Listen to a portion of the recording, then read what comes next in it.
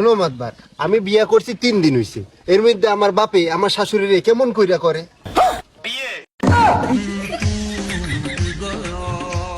তোর সকালে লাত্তি দিয়া তোর ডেকে মই ভাত কাপুর চাই। কিরে সালাম ভাই, কামটা করলা কি? এত লজ্জা দিস না দি, হে উমরে চাইছে মুইও হেরে চাইছি। এটাও কি সম্ভব? আমার বাপে যদি আমার শাশুড়িরে বিয়া করে তাহলে আমার বউ আমার বাপের মাই হয়ে গেল না? আর আমি তো হের আগের থেকে পোলা আছি, তাহলে আমার বউ আর আমি ভাই বোন হয়ে গেলাম না?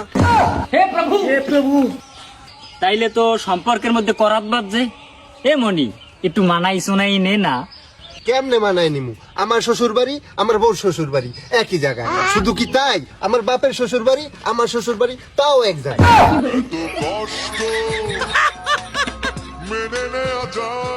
আমার যদি ছেলে পেলে হয় আমার বাপেরে নানা কইব না দাদা কইব?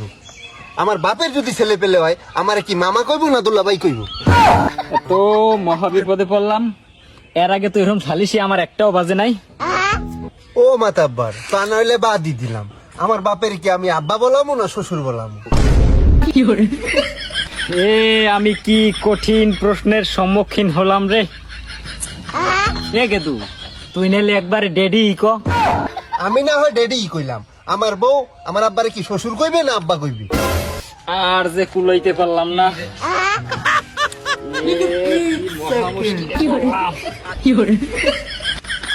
মাথা হ্যাং হইলে হইবে না মাতাব্বর।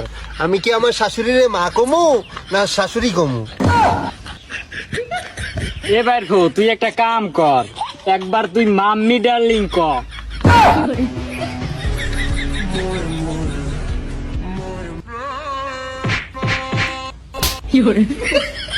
দুইজন একবারে মানিয়ে চুনিয়ে নে রে বাবা। আমারও তো সংসার আছে, আমার বাড়ি যাইতে হইবে বাবা। তুমি নইলে বাড়ি গেলে, আমি বাসায় গেলেই মনে হইতেছে আমি বাড়ি আইলাম না শ্বশুর বাড়ি আইলাম। বিশ্বাস কর বাইরফো, মুইও কইতে পারি না। ও সালাম ভাই, তোমার সেটাই তক্তা মেরে দেব। তুমি কেটা একটা কামের কাম হল্লা, তোকে এই বাপ বেটার সালিশি করতে হইলে তোর দাদারে লাগবে। আমারে তোরা মাফ করিয়া দে।